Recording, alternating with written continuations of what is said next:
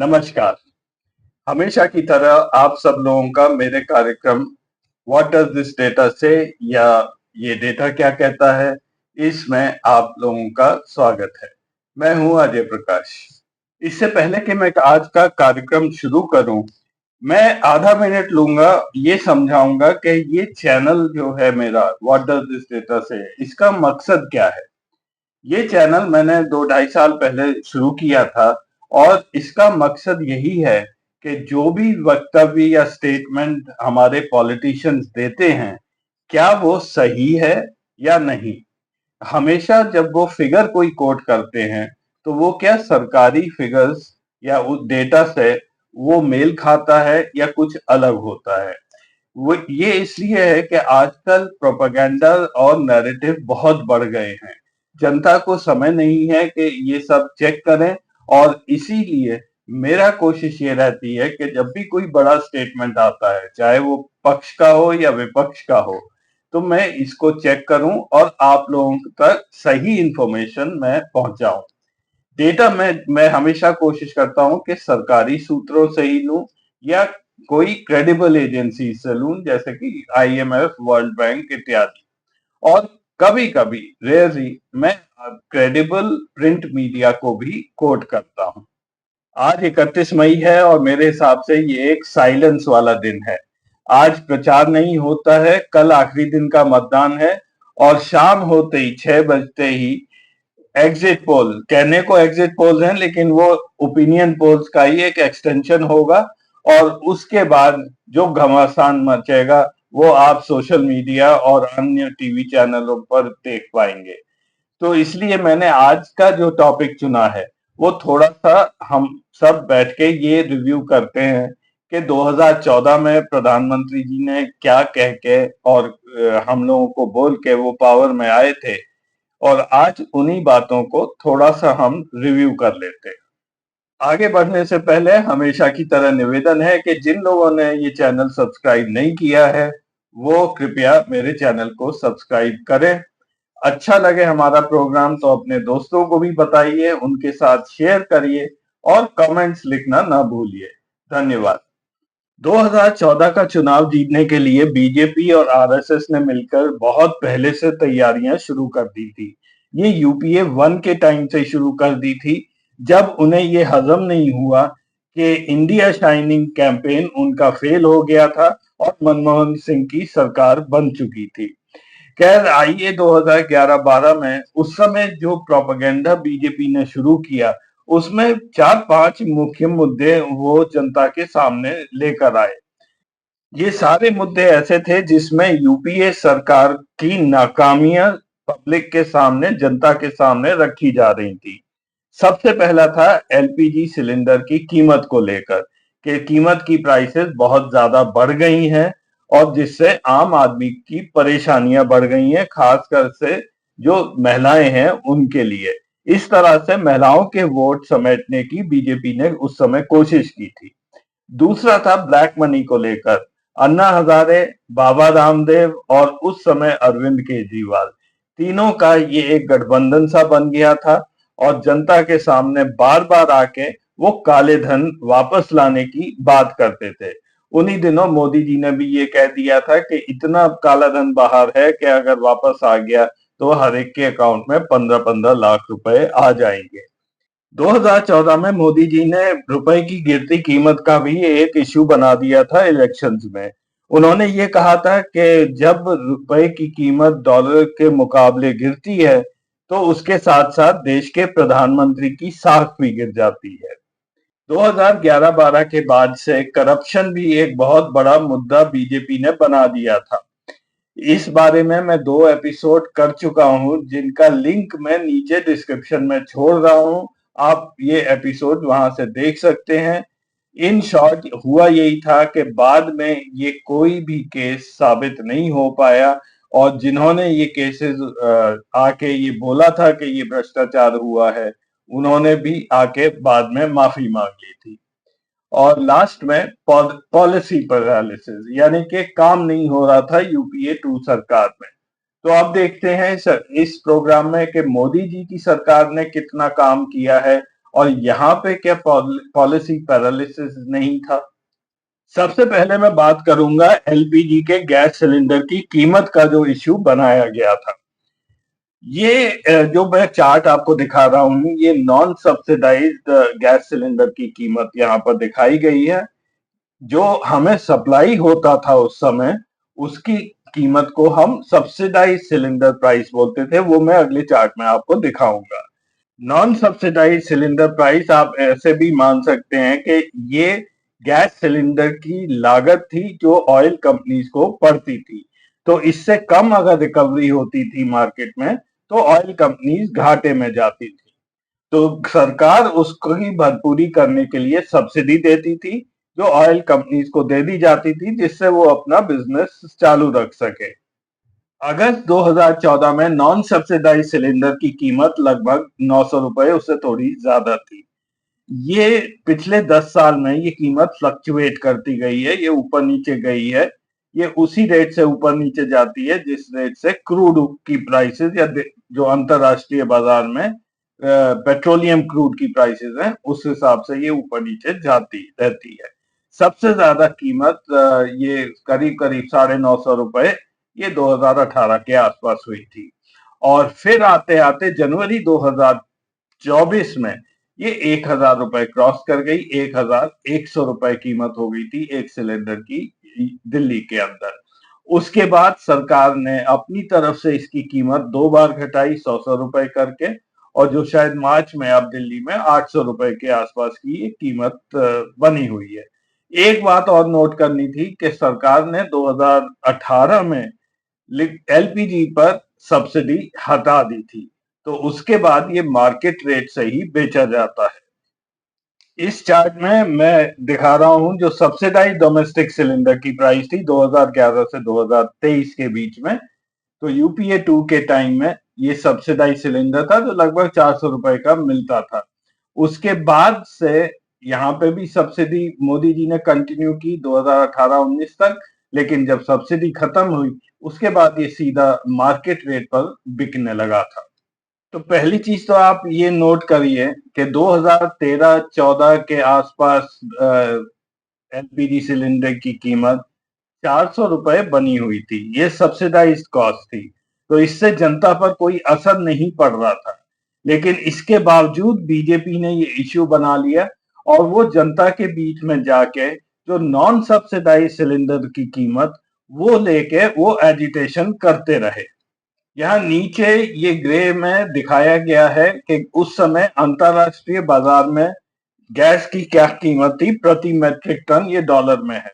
तो 2013-14 में ये बहुत महंगी थी, $880 मेट्रिक टन थी। उस समय यूपीए 2 की सरकार थी और इलेक्शन सर पर थे। उसके बाद 2014 से ये गैस की कीमत एकदम से नीचे आई है। तो मोदी जी के आते ही अंतरराष्ट्रीय बाजार का भी उनको फायदा हुआ, जिससे उन्हें अपने देश में डोमेस्टिक एलपीजी और पेट्रोल की कीमतें एक लेवल पर रखने में उन्हें काफी मदद मिली थी। और उसके बाद 2022 में फिर से ये कीमत बढ़ी, तो यहाँ पे भी हमारे गैस की सिलेंडर 1100 रुपए तक पहुंच गई थी। तो बात बिल्कुल साफ है, हमारे देश में पेट्रोल, डीजल और गैस की कीमत अंतरराष्ट्रीय बाजार से जुड़ी हुई है। जब वहां प्राइसेस ज्यादा होंगी तो देश में इन चीजों की भी कीमतें बढ़ जाएंगी, और जब प्राइसेस कम होंगी तो हमें भी उसका फायदा होना चाहिए।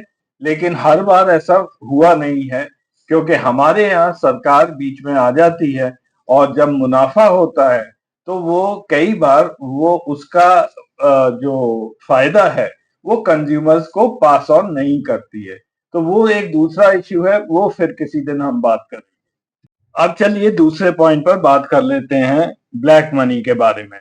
जैसा कि हम सब जानते हैं कि हमारे देश में ब्लैक मनी सबसे ज्यादा रियल एस्टेट में यहाँ पर जनरेट होता है, जब आप जमीन खरीदते हैं या मकान बनाते हैं। दूसरा सबसे बड़ा सोर्स है ब्लैक मनी का एजुकेशनल इंस्टीट्यूट, जिसमें कोचिंग इंस्टीट्यूट भी आते हैं। ये लोग फीस में कुछ बोलते हैं और पैसा लेते टाइम आधा या उससे ज्यादा कैश में ले लेते हैं। ज्वेलरी है, मेडिकल हॉस्पिटल्स हैं वगैरह, ये सारे जगह हम सबको पता है कहाँ ब्लैक मनी जनरेट होता है। इंटरनेशनल मॉनेटरी फंड के हिसाब से, और ये मैं कोट विकिपीडिया से कर रहा हूं, उनके हिसाब से 50% ऑफ आर जीडीपी वो ब्लैक मनी की है, यानी कि एक पैरेलल ब्लैक इकोनॉमी चल रही है। सीबीआई के अनुसार लगभग 28 लाख करोड़ रुपया है ब्लैक में, और वर्ल्ड बैंक के हिसाब से लगभग 20% हमारी जीडीपी का वो ब्लैक ब्लैक इकोनॉमी में है। 2021 आते आते, यानी कि मोदी सरकार को आए हुए 7 साल हो गए, और इतने सवाल पूछे गए ब्लैक मनी पर, आपने क्या एक्शन लिया है?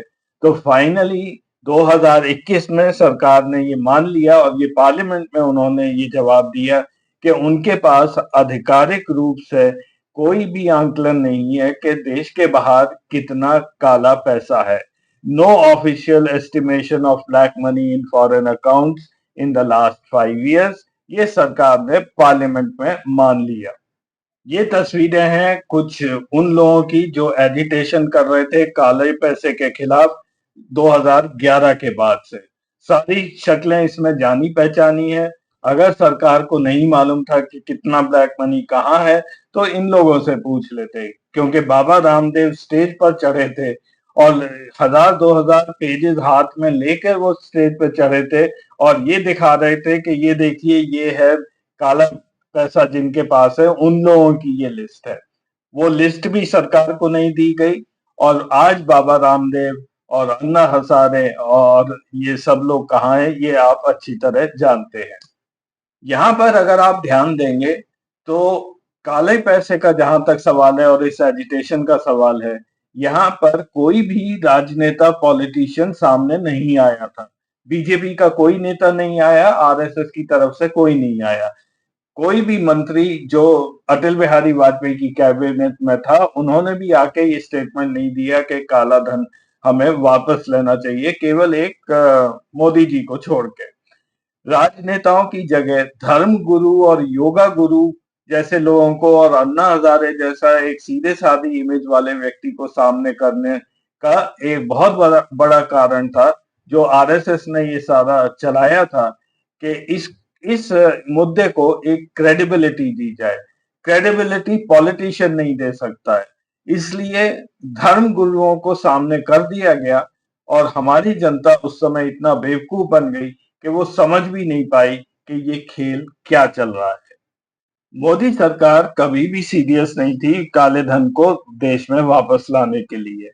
इसके सबूत ये है कि 2015 में जब एचएसबीसी बैंक की एक कस्टमर लिस्ट लीक हुई थी एक फ्रेंच न्यूज़पेपर में, उसमें करीब 1195 ऐसे अकाउंट्स थे जो भारतीय थे, और उसमें जो टोटल वैल्यू थी उस वक्त वो लगभग $3.2 बिलियन की थी।